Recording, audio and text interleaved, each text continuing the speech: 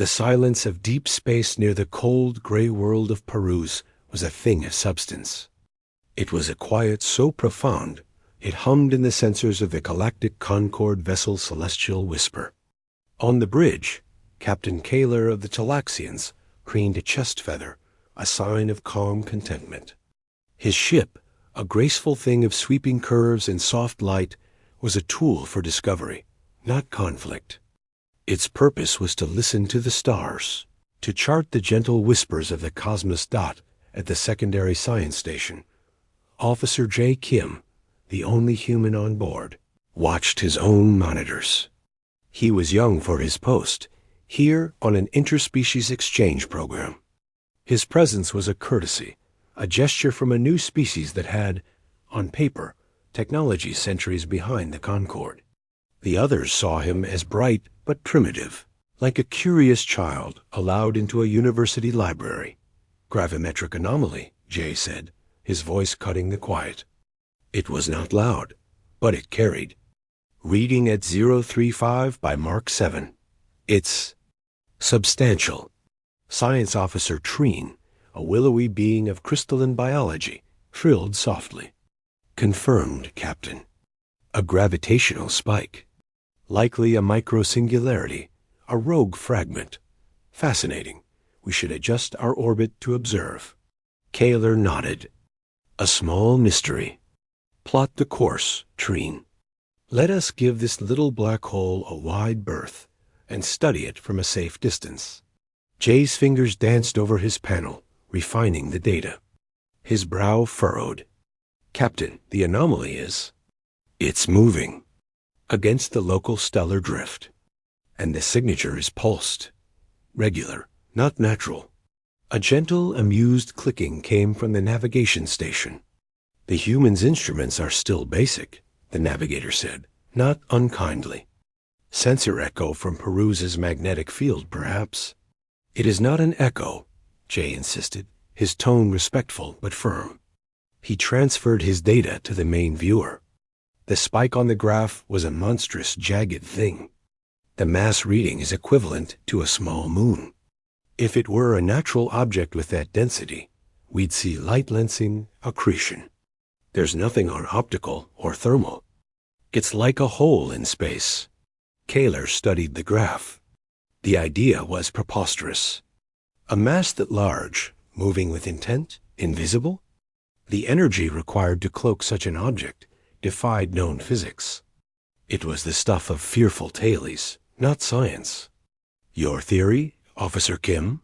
A ship? It matches theoretical human models for a deep space dreadnought using a gravity drive for propulsion, Jay said carefully. The pulse could be a shielded reactor core cycling. The bridge crew shared looks. Human theoretical models. The Terran Alliance had barely achieved faster-than-light travel using crude, brute force warp bubbles. The Concorde used elegant subspace corridors. The idea that they had hidden a technology of this scale was laughable. We will treat it as a natural phenomenon until proven otherwise. Kaler decided, his feathers laying flat. Adjust course. Maintain distance. Record everything. Before Treen could acknowledge, the communication panel erupted in a burst of static-laden panic. A visual crackled to life across.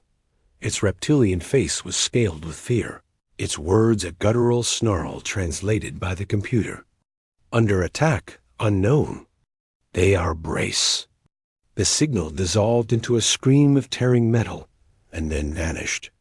The Croth were scavengers, pirates, a blight on the fringe. But they were not weak. Their Raider-class ships were fast and mean. On the Whisper's tactical screen, a new signature bloomed, sharp and angry. A Croth Raider, its ion drives burning hot, emerged from behind Peruse's largest moon. It was heading straight for them. Its weapon ports glowed with a malevolent green light. Evasive maneuvers. Kaler commanded, his calm shattered. Raise harmonic shields. Power all non-essential systems to defense.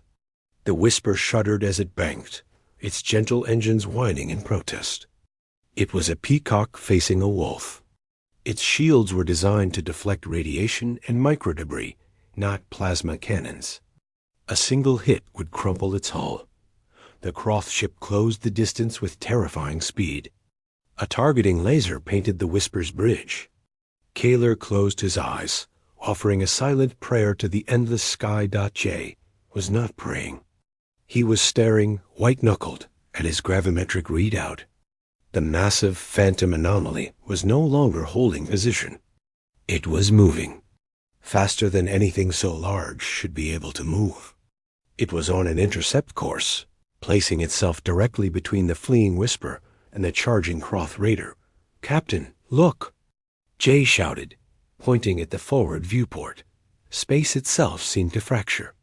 It was like watching ice crack on a pond, but the cracks were in reality, shimmering with impossible energies. Light bent and twisted. Then, with a silent, horrifying explosion of displaced energy that made the Whisper's sensors shriek in protest, the thing appeared. It was a leviathan of blackened metal and sharp, unforgiving angles. It had no grace, no beauty. It was a slab of armor and purpose, kilometers long. Gun barrels, the size of city blocks, protruded from its flanks. Its hull was scarred and pitted, not from age, but from use. A cathedral of war, silent and cold. Along its side, in blocky human script, were the letters Ans Dangan. On the Whisper's bridge, the only sound was the low hum of systems and the shallow breaths of the terrified crew. The Croth raider, mere seconds from firing, seemed to hesitate, its forward momentum slowing as it processed the sudden, impossible obstacle. J felt a rush of vertigo, of pride, of sheer terror. He had seen schematics. He had heard stories. But to see it, here, real.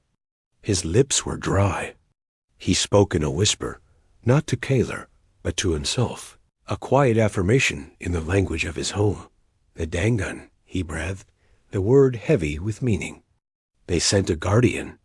The immense human battleship hung in the void, a wall of solid Dure steel between the gentle scholars and the coming storm. It did not hail them. It did not move. It simply waited, a predator perfectly still. The crisis was not over. It had just changed shape. The Croth raider now faced not a helpless science vessel, but a mystery of monstrous proportions. And on the celestial Whisper, Captain Kaler's understanding of the universe and humanity's place in it began to shatter into a million pieces. The silence that followed the appearance of the human ship was deeper than the vacuum outside. On the bridge of the celestial Whisper, the crew stared, motionless. The Croth raider, a moment ago a terrifying threat, now looked like a child's toy next to the angular monstrosity that had parked between them. Captain Collar's mind raced, his training fighting against a tide of primal fear. First contact protocols dictated cautious hailing, the exchange of peaceful codes. But this was not a first contact scenario from the textbooks. This was a warship of unimaginable scale, appearing from nothing. His hand hovered over the communication panel. Before he could touch it, the tactical officer whispered, "The Croth. They're powering weapons." On the main viewer, the green glow from the Raider's forward plasma cannons intensified. It was a bluff, Keller thought. A show of force. No sane commander would attack an unknown vessel of that size. The human ship, the Ans Dangan, did nothing. It remained utterly still, a silent cliff face of dark metal. Then the Croth fired. 2 searing lances of green plasma, capable of melting through the Whisper's shields, and hull in an instant, streaked across the void. They flew straight for the center mass of the human battleship. Kohler winced, awaiting the fiery explosion. It never came. A shimmering, honeycombed lattice of blue energy flared into existence, a kilometer from the Dangon's hull. The plasma bolts struck it and splashed apart, dissipating into harmless embers that faded against the dark. The shield didn't even ripple brightly. It simply absorbed the hit and vanished. On the Dangan's bridge, the scene was one of calm focus. Commander Sue Park sat in her command chair, her eyes on the main screen. She wore a simple black uniform, her dark hair tied back. There was no panic, no shouting. The air was cool, filled with the soft hum of immense power and the quiet clicks of controls. Shield integrity at 99.8%, a junior officer reported. Minimal diffusion. Sue gave a small nod. They've chosen their path. Weapons Officer Min, surgical response. Disarm only. At his station, Min Choi's fingers flew across a touch interface. Aye, Commander. Targeting primary and secondary weapon arrays. Solution locked. Fire. Deep within the belly of the Dangun, magnetic coils longer than city streets charged for a microsecond. With a sound that was felt more than heard, a vibration through the very bones of the ship, a projectile was launched. It was not an energy beam. It was a solid tungsten slug, 20 meters long, accelerated to a fraction of the speed of light. To the naked eye, it was invisible. To the sensors of the Whisper, it was a terrifying streak of distorted space. On the Whisper, Jay watched his sensor screen, his breath caught in his throat. The kinetic energy reading was astronomical. It was a weapon of pure, brutal physics. The slug struck the Croth Raider not in the hull, but in the complex manifold connecting its central plasma reactor to its main cannon. The impact was precise, clinical. There was no giant explosion. Instead, a localized cataclysm occurred. The Raider's forward section seemed to crumple inward, then erupt in a silent, contained flower of white-hot debris and venting gas. The entire front weapon array was simply gone, sheared away. The Raider's ship was sent spinning slowly, helplessly, into the dark, trailing a cloud of frozen coolant and wreckage. It was alive, but utterly toothless. Back on the Dangan's bridge, Engineer Huan Lai watched the feed from his engine room. A secondary display showed power levels. Kinetic strike successful. Recharge cycle for primary rail at 12%. Reactor core stable at 20% output. He allowed himself a tight smile. They had swatted a fly with a sledgehammer, but they had done it without killing. That was the point. On the Whisper, the silence was broken by a shuddering gasp from Captain Kaler. He had seen battles between Concord peacekeepers and pirates. They were exchanges of shimmering energy beams, shields flaring like auroras, graceful dances of attrition. This was not a battle. This was an execution of intent. It was a demonstration of such overwhelming, focused force that it felt alien. More alien than any biology he had ever encountered. Then, the communication channel crackled to life. The voice that came through was calm, clear, and spoke in flawless galactic trade. It was a woman's voice, devoid of aggression, but also of warmth. It was the voice of absolute authority. Unidentified vessel, this is Commander Sue Park of the Terran Alliance battleship Hans Dangon. The hostile craft has been neutralized. You are safe. Please state your designation and condition. Collar fumbled for his console, his talons clicking nervously. This is Captain Collar of the Galactic Concord survey vessel Celestial Whisper. We are unharmed. We owe you our lives. The words felt inadequate. Your intervention was decisive. We observed a vessel under imminent threat of lethal force, Commander Park's voice replied, as if reading from a manual. The Guardian Protocol was initiated. Are you capable of warp transit? Our engines are functional, but our shields are depleted, Collar said. Understood. Maintain your position. We will stand by. Dangan out. The channel closed. The human ship, having acted, now returned to its silent vigil. J finally let out a long, slow breath. He could feel the eyes of the bridge crew on him. Their looks were no longer of mild curiosity. They were looks of awe, of fear, of 100 unasked questions. Science Officer Treen was the first to speak, her crystalline voice tinged with a harmonic of disbelief. Officer Kim, that weapon. It was a kinetic projectile. The energy required for that acceleration. The recoil compensation alone. It's a railgun, Jay said softly. A very, very large one. But the shield. The tactical officer interjected. It absorbed direct plasma cannon fire with no visible strain. The heat dissipation must be beyond anything in Concord science. Jay nodded, trying to find simple words. The Concord focuses on deflecting energy. My people, we learn to absorb it, to take the hit and spread it out. Our hulls are thick. Our armor is layered. That ship isn't just armed. It is dense. Every part of it is built to survive. Collar turned to look at Jay, truly seeing him for the first time. The young human on an exchange program was now a representative of a species that built silent, mountain-sized guardians that could appear from nowhere and shatter warships with lumps of metal. You knew of this? Of these? Guardians? Jay met his gaze. I knew the theory. I knew the Terran Alliance had deep space patrols. We call them Guardian class. But I have never seen one. Few have. They are deployed to the farthest edges, to watch. He paused. It seems they were watching here. Kaler looked back at the viewer, at the immovable, terrifying form of the Dangun.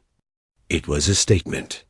Humanity had not entered the galactic stage seeking fellowship or knowledge. They had entered it from the shadows, and their first act was not a greeting, but a protection. The universe suddenly felt both safer and infinitely more dangerous. The medical bay of the Celestial Whisper was a place of soft, ambient light and gentle antiseptic scents. It was designed to soothe. Captain Kyler, however, could find no calm. His minor injuries from the sudden evasive maneuvers were healed, but a deeper disquiet settled in his bones. He sat on a treatment pallet, his feathers still slightly ruffled. Officer J. Kim stood nearby, a quiet presence. He had become by default the liaison to a power he barely understood himself. On the main viewer of the medbay, a secure connection had been established. The image showed a starkly different environment, the briefing room of the Ann's Dangon. The walls were smooth gray metal. The lighting was bright and functional. Commander Sue Park sat at the head of a simple table, her hands folded before her. To her right was a woman in a medical tunic, her expression kind but professional. The label on her uniform read Dr. Mina Kwan. Captain Kyler, Sue Park began, her voice measured. My chief medical officer has reviewed your crew's bioscience. We are transmitting protocols for treating ionic shock and neural dissonance. Your systems should be compatible. Dr. Kwan gave a small, reassuring nod. The protocols are simple. They will help with the aftershocks of the gravimetric event our emergence caused. No lasting harm is expected. Kaler dipped his head, a Talaxian gesture of gratitude. You have our thanks, Commander, for the medical aid and for your intervention. He chose the word carefully. However, the Galactic Concord has strict protocols for first contact, and for the use of force. Your destruction of the Croth vessel. The Croth vessel was not destroyed, Sue Park interrupted, her tone not harsh, but factual. Its primary and secondary armaments were disabled. Its power core remains intact. Life signs are stable. It is adrift, but not dying. Kaler blinked. He had seen the catastrophic damage. In Concord terms, that ship was a tomb, a distinction of semantics. The force used was extreme.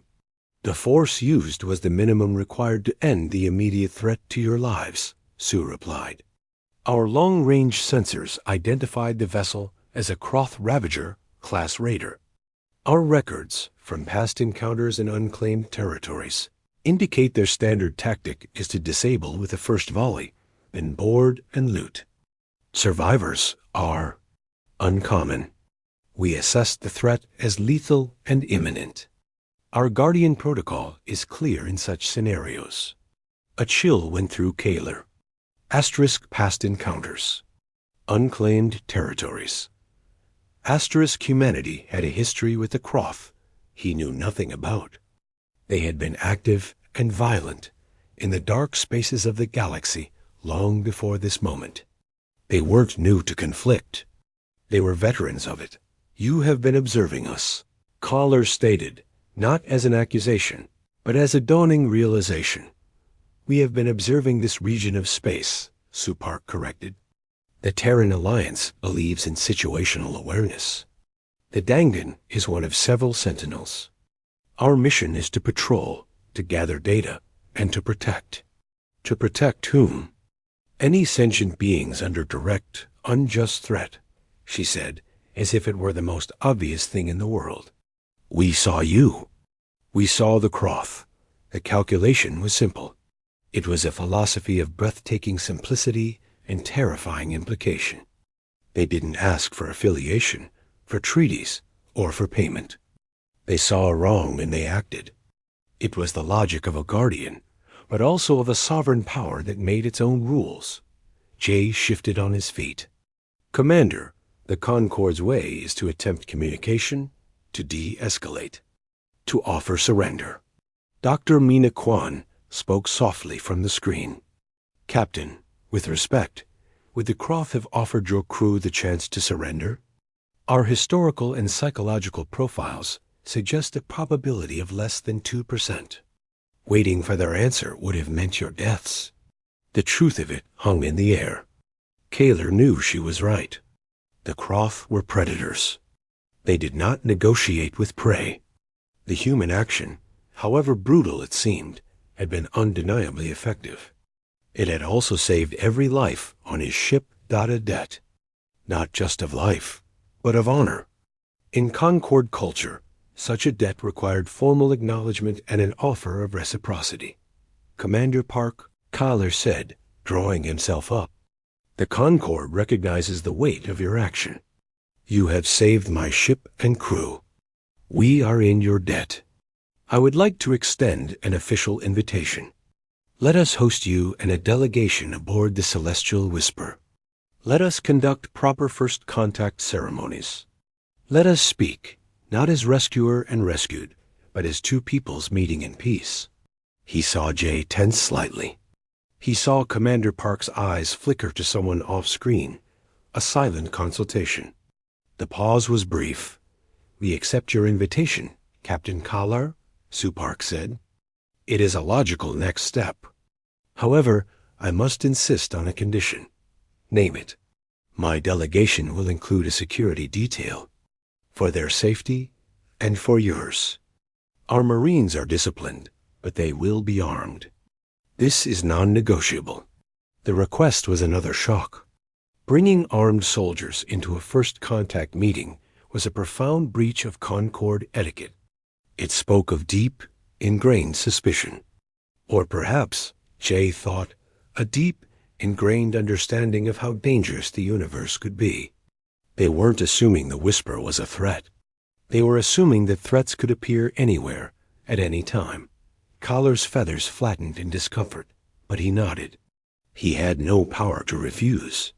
Agreed. We will prepare our main conference hall. Shall we say in 4 hours? 4 hours is acceptable. Dangan out. The screen went dark. The quiet hum of the Whisper felt different now.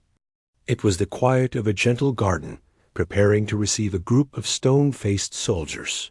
K. Lar turned to Jay. You will be part of our greeting party.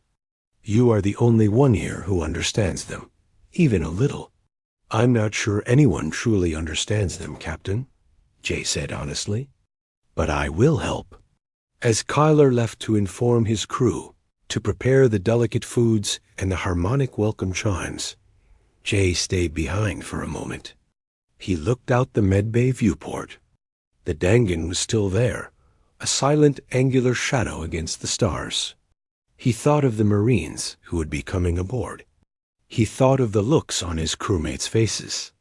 The galaxy's gentle scholars, who believed in the power of conversation and shared knowledge, were about to come face to face with the people who believed in the power of shields, railguns, and unwavering vigilance.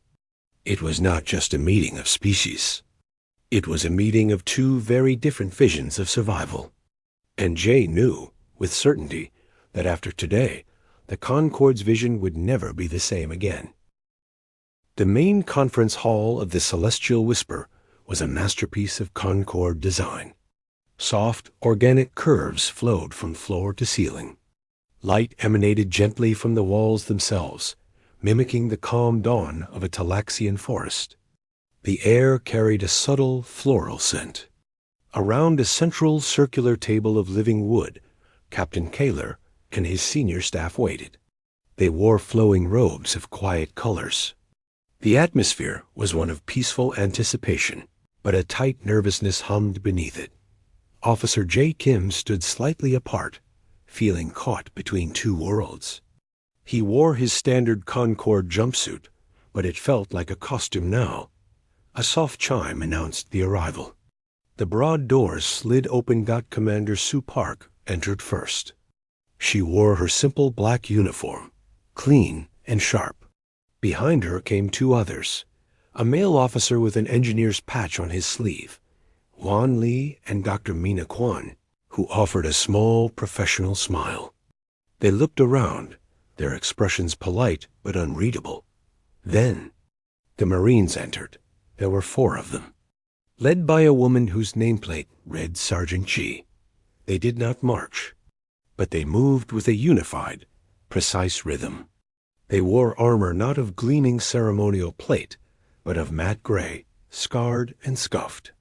It was bulky, layered, and looked immensely heavy. They carried compact rifles, held not in a threatening way, but in a state of pure readiness.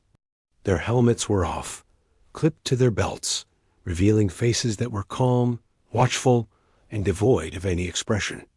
They took up positions at the corners of the room, their backs to the wall, their eyes constantly, slowly scanning. They did not speak. They were simply present, a sudden and jarring element of hard steel in the soft hall. The Concorde staff tried not to stare, but failed.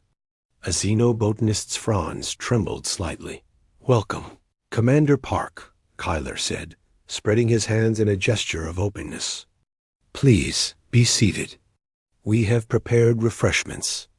Let us begin with the harmonic chime of meeting, a tradition that signifies peaceful intent." Sue Park gave a slight bow of her head. "We are honored by your welcome, Captain." She and her 2 officers sat. The Marines remained standing, statues at their posts. The chime was sounded, a beautiful, shimmering tone that seemed to cleanse the air. Kaler visibly relaxed. The ceremony was a comfort, a known script. The Concorde, Kaler began, is founded on principles of shared knowledge, harmonic coexistence, and the gentle stewardship of the cosmos. We believe that strength lies in unity and in the efficient, elegant application of energy for the betterment of all. Science Officer Treen added, her crystalline voice melodic, "Your vessel. Its power output is extraordinary, but its design philosophy is unfamiliar to us. The mass, the sheer volume of material.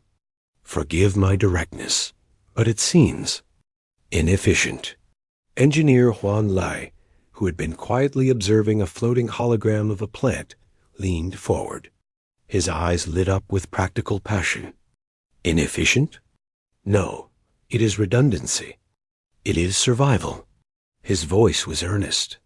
"That mass is meter-thick durasteel plating, spaced with composite ceramic buffers. Our power cores are not 1, but 3. If 2 fail, the third can maintain life support and propulsion at 50%.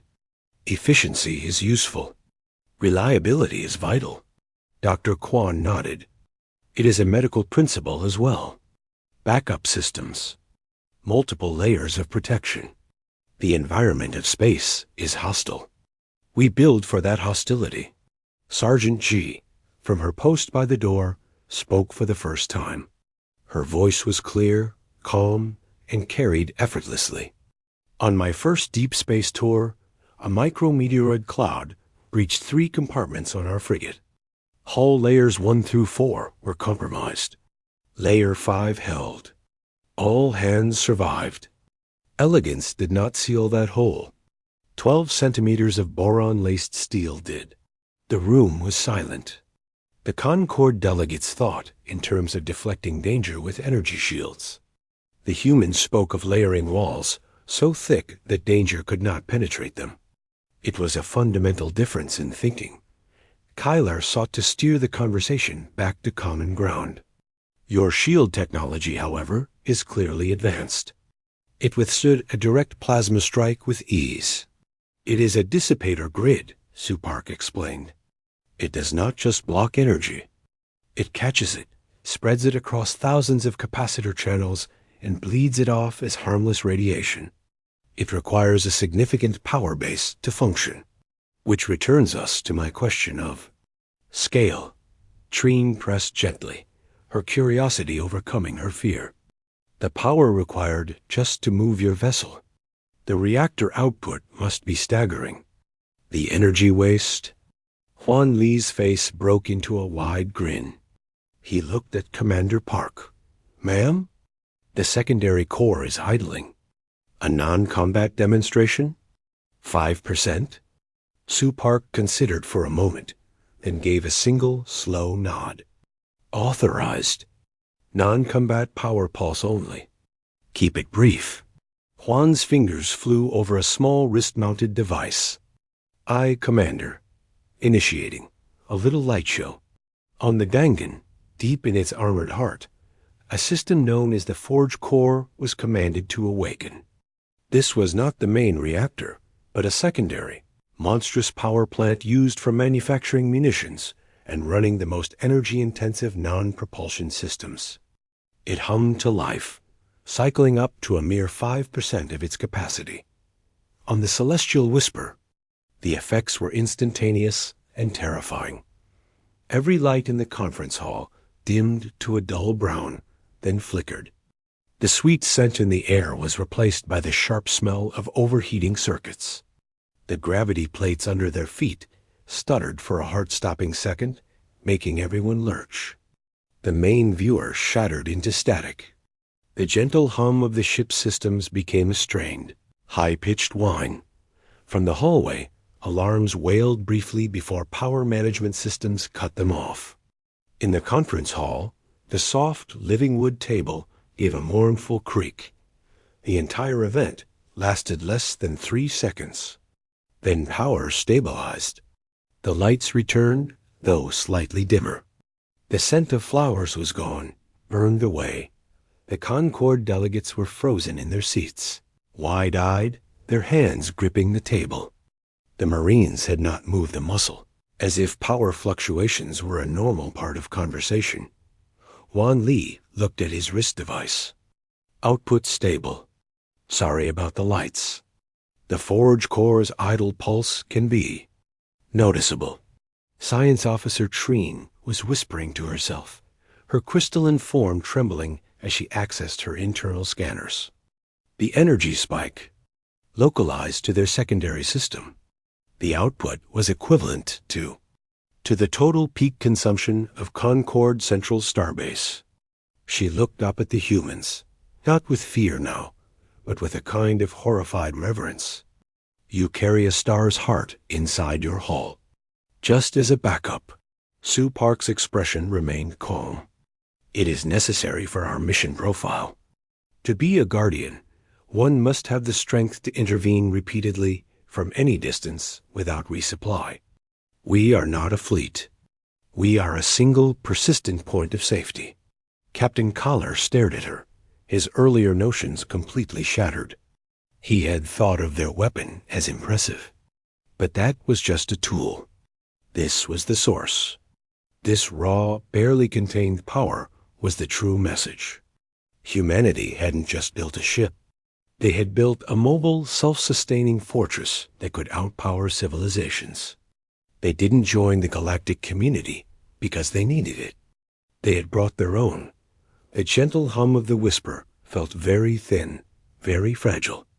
The Marines by the wall, the engineers with their star forges, the commander with her quiet certainty, they represented a new and undeniable law of the cosmos. Strength was not just about harmony. Sometimes, strength was about having a bigger engine. And as Kaler met Sue Park's steady gaze, he understood. This was first contact. Not with a new friend, but with a new fact. The fragile calm aboard the Celestial Whisper was shattered by the screaming alert of the tactical station. Captain Kaler, still reeling from the power demonstration, whipped his head around. 3 new signatures. Warp emergence at the system's edge. Croth Profiles Cruiser Class. The tactical officer cried out, her voice brittle with panic. On the main viewer, which had just cleared of static, 3 new icons bloomed in angry red. They were larger than the Raider, much larger. Ships designed not for piracy, but for conquest. They had come looking for their lost pack member, and they had found it, drifting and disarmed. And they had found the whisper. They are hailing us, comms said, the voice a whisper. The screen changed to show the face of a Croth battlemaster, its scales patterned with old scars. Weakling scientists, it hissed, the translation flat and cold. You dare cripple a Croth claw ship? You will pay with your flesh, your ship, and your screaming souls. Prepare to be... The signal cut off abruptly. The view shifted back to the tactical display. The 3 Croth cruisers were moving, spreading out into an attack formation. Their forward weapons glowed a hellish green, charging for a full broadside that would vaporize the Whisper in an instant. Kaler's heart felt like ice. His ship had no shields, no weapons. There was nowhere to run. He looked, instinctively, toward the human delegation. Commander Sue Park was already on her feet. Her communicator was at her lips, her voice unchanged. All personnel, Condition 1. Battle stations. Sergeant G, secure our delegates and return to the ship. Immediately. She looked at Kaler. Captain, order your ship to move. Take position behind the Dangan. Now. There was no time for debate. Kaler gave the order. The Whisper's engines whined, pushing the elegant ship slowly, so slowly, toward the immense shadow of the human battleship. On the bridge of the Dangon, the quiet hum deepened into a powerful thrum. Lights shifted to a subdued red battle mode. Commander Park took her chair in the center of the storm. Her crew moved with a quiet, focused speed. Weapons Officer Min, full defensive spread, prioritized their heavy plasma batteries. Engineer 1, I need main reactor to 80%. Divert all non-essential power to shields and railgun capacitors. Aye, Commander, Min Choi said, his hands a blur over his firing console. Targeting solutions locked for sequential fire. They're clustering nicely. Huan Li's voice came from engineering. Reactor climbing. 70%. Shields at maximum. They're gonna throw the kitchen sink at us. Let them, Sue Park said. The 3 Croth cruisers opened fire. Dozens of plasma bolts, each capable of gutting a Concorde frigate, streaked across the void. The space between the fleets became a storm of green fire. The Dangon did not dodge. It turned slightly, presenting its broadside. Its point defense network came alive. Hundreds of rapid-fire laser turrets, invisible until now, spat out lines of coherent light. They swatted the incoming plasma bolts like angry insects, detonating them harmlessly kilometers short of the hull. A few larger bolts got through, impacting the honeycombed blue shield.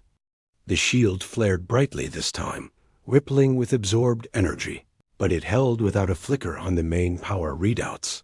The Croth volley ended. There was a brief, stunned silence from the enemy formation. Their combined fire had been completely neutralized. Their shields are down for recharge. Min called out. 5-second window. Sue's voice was a razor. Fire all primary railguns. Disable the lead ship. Along the Dangan's flank, massive armored doors slid open. With a series of deep, gut-shaking thumps that vibrated through the whisper behind it, the battleship fired its main weapons. Not one, but 6 projectiles, moving at a significant fraction of light speed. They were invisible streaks of death. The lead Croth cruiser's shields, depleted from its own attack, offered no resistance. The slugs struck in a tight pattern. One shattered its command spire. 2 more tore through its engine housing. Another smashed its primary weapon bank. The cruiser didn't explode. It came apart structurally, like a building hit by a giant's fist. It broke into 3 large, dead pieces, spinning silently. Its lights gone dark. The remaining 2 Croth ships broke formation. Scrambling in panic, they're trying to flank us, Min reported, a cold smile on his face. Foolish. Target engines on the left. Weapons on the right. Surgical. Keep them alive, but end this, Sue ordered. The Dangan moved. It was not a graceful dance, but the turn of a fortress on its axis. Its point defense lasers now targeted incoming missiles, creating a web of light that erased the Croth's secondary attack. Then, the smaller, rapid-fire railgun batteries spoke. A hail of smaller projectiles peppered the second cruiser's engine nacelles, shredding them into sparking ruin. The ship drifted, powerless. The third cruiser fired a desperate, focused energy lance, their most powerful weapon. A beam of condensed green energy slammed into the Dangan's forward shield. On the bridge, a slight tremor was felt. Forward shield at 60% and holding, Juan reported, sounding bored. Their main cannon is spent. Finish it, Sue said. From a central note on the Dangan, a weapon the Concorde had not yet seen activated. It was a magnetic containment lance, a technology the Concorde used only in massive planetary defense stations. A beam of pure, blue-white energy, thin and precise, lanced out. It touched the third cruiser's main weapon array and sliced through it like a knife through paper, then continued, cutting a deep, molten scar along its entire length before winking out. The cruiser listed, venting atmosphere, completely disarmed. The battle had lasted 47 seconds. On the Celestial Whisper, there was no sound. The crew watched the viewer, showing the 3 mighty Croth cruisers. 1 dead, 2 dying, all utterly defeated. The human ship hung between them and the wreckage, its shield still glowing softly, its hull unmarked. It had not moved more than a few hundred meters. Captain Collar found his voice. It was a hoarse whisper. Open a channel to the Dangan. The screen showed Commander Sue Park. She looked as she had at the start of the meeting, calm, composed. A slight sheen of sweat on her brow was the only sign of exertion. Commander Park. Kaler began, the words sticking in his throat. You have changed the galaxy today. Sue Park tilted her head slightly. No, Captain. We have not changed it. We have simply shown that we are in it. The galaxy has always had predators. It has always had victims. Humanity has chosen to be neither. She paused, her gaze steady. We will be a guardian, for any who wish it. The Dangan will escort you to the nearest Concorde safe space. Consider this the formal beginning of diplomatic relations. She gave a final, small nod. This is first contact. Welcome to a guarded universe. The transmission ended. Kaler stood on his bridge, looking at the immense human ship, then at the drifting Croth wrecks, and finally at Officer J. Kim. Jay stood straight, his face a mix of profound pride and solemn awe. He was not just an exchange officer anymore. He was a citizen of a power that had just redrawn the map of safety with a single, brutal lesson. The Ansdangen began to move, a slow, majestic turn, positioning itself to lead the way. It was not just a ship. It was a promise, carved in durasteel and powered by a star's heart.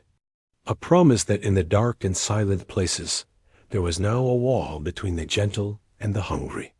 And the wall was very, very strong.